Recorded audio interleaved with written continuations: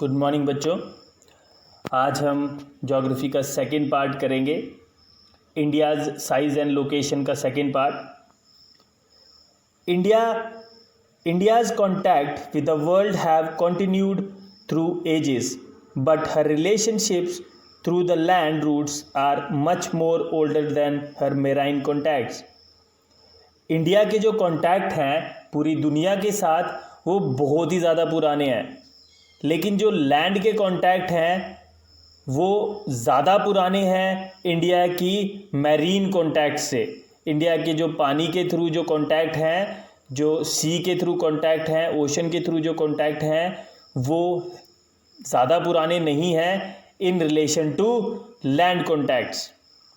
The various passes across the mountains in the north have provided passages to the ancient traveler।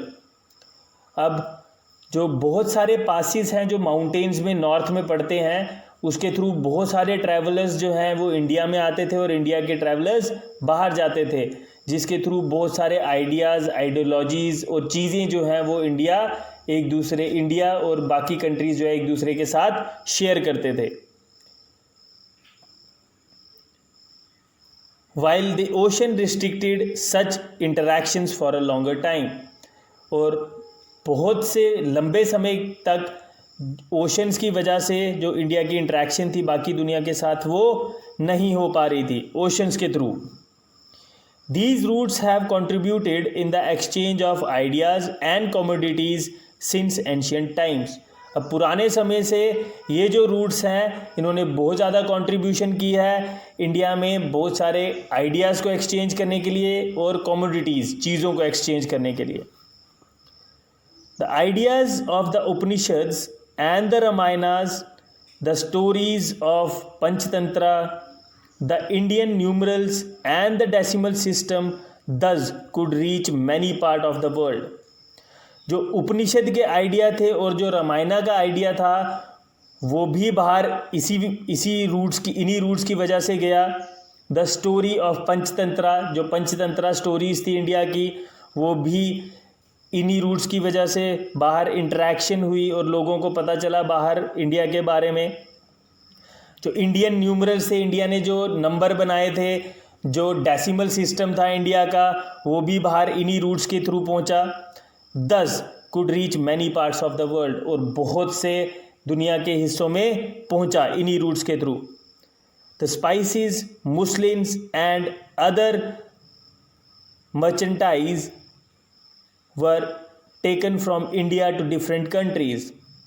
जो मसाले थे, मुस्लिम थी, वो merchandise हुई इंडिया से दूसरी कंट्रीज़ में।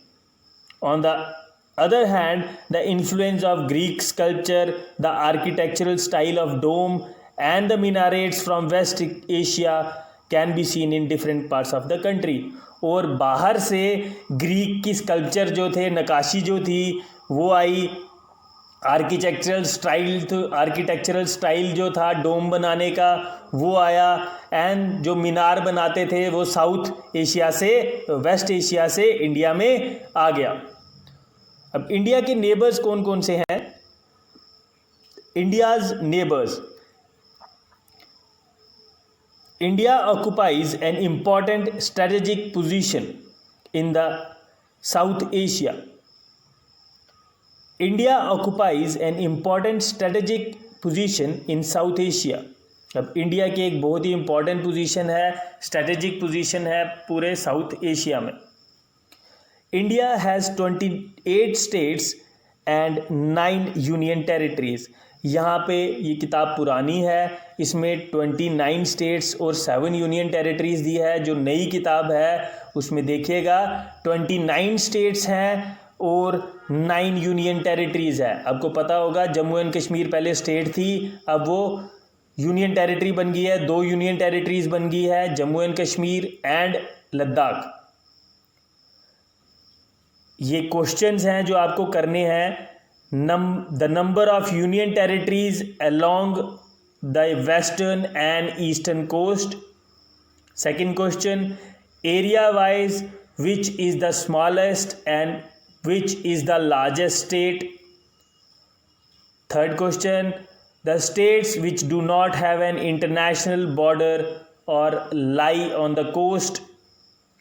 Fourth question, classify the states into 4 groups, each having common frontiers with Pakistan, China, Myanmar and Bangladesh. Fifth question, which is the largest populated country and the least populated country?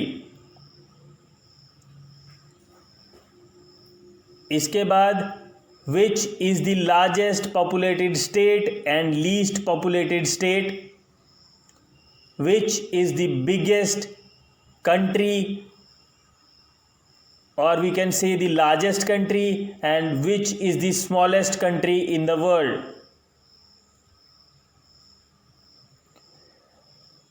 अब इन questions के अलावा आपको notes भी बनाने हैं. Notes बनाने के बाद लास्ट में ये क्वेश्चंस लिखेंगे आप. Next, India shares it's land boundaries with Pakistan and Afghanistan in the north west.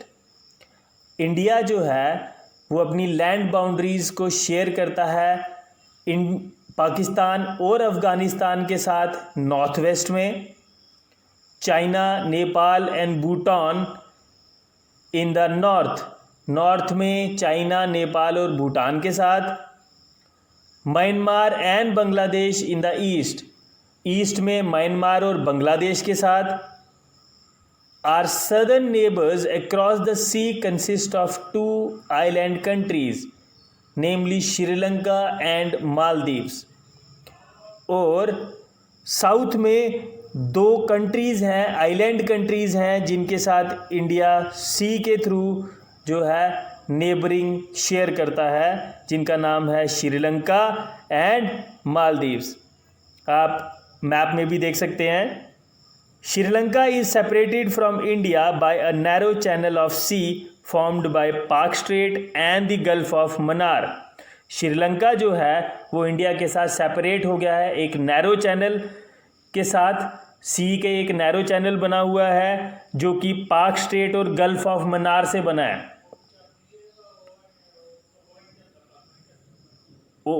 While Maldives Islands are situated to the south of Lakshadweep Island. और जो मालदीव आइलैंड्स हैं वो south of Lakshadweep islands, Lakshadweep के साउथ में. आप मैप में भी देखिए लेफ्ट हैंड साइड पे 8 डिग्री और ऊपर से 72 डिग्री देखिए लक्षद्वीप है. नीचे 4 डिग्री पे मालदीव्स है. नीचे से 72 डिग्री लेफ्ट हैंड साइड देखिए, वेस्ट से, साउथ से और वेस्ट से देखिए मालदीव्स. नीचे south 72 degree Maldives, west 4 degree north. Maldives देखिए कहाँ पे है. ओके, श्रीलंका देखिए 80 डिग्री साउथ में और 8 डिग्री वेस्ट से या ईस्ट से. India has had strong geographical and historical links with her neighbour. अब इंडिया के बहुत ही मजबूत जोग्राफिकल और हिस्टोरिकल लिंक्स हैं उनके नेबर्स के साथ, जोग्राफी वाइज और हिस्ट्री वाइज दोनों तरीके से स्ट्रॉन्ग लिंक्स हैं इंडिया के. Look at the physical map of Asia in your Atlas. Asia का फिजिकल मैप देखिए अपने एटलस में and note how India stands apart from the rest of Asia. कैसे इंडिया बाकी के एशिया से अलग पड़ता है. कुछ डेफिनेशंस हैं like before 1947 there were 2 types of states in India. 1947 से पहले 2 टाइप की स्टेट्स थी जो इंडिया में होती थी उस टाइम पे. एक को बोलते थे प्रोविंसेस और दूसरे को बोलते थे प्रिंसली स्टेट्स. जो प्रोविंसेस थी उनको ब्रिटिशर्स रूल करते थे. वाइसराय एक ब्रिटिश ऑफिशियल को अपॉइंट करता था जो कि प्रोविंसेस पे रूल करता था. और प्रिंसली स्टेट्स में हेरिडिटरी रूल होता था। जैसे जो बाप अगर राजा था तो उसका बेटा राजा बनेगा, अगर उसका बेटा होगा तो वो राजा बनेगा, अगर उसका बेटा होगा तो वो राजा बनेगा। तो उनको प्रिंसली स्टेट्स कहा गया था और जो नेक्स्ट प्रिंसेस होते थे वही उन पे रूल करते थे। और लोकल ऑटोनॉमी होती थी उस टाइम पे, जो कि उनको रिटर्न में देनी होती थी। कुछ डेफिनेशंस हैं, कुछ एब्रीविएशंस हैं बच्चों जो आपको करनी है। एब्रीविएशंस है NRSC, इसकी फुल फॉर्म फाइंड करनी है। ISRO, इसकी फुल फॉर्म आपको फाइंड करनी है। NCERT, इसकी फुल फॉर्म आपको फाइंड करना है। तो ये सारी definitions along with notes, along with the question answers आपको करने हैं। कोई भी परेशानी आएगी आप मेरे को कॉल कर सकते हो या मैसेज कर सकते हो।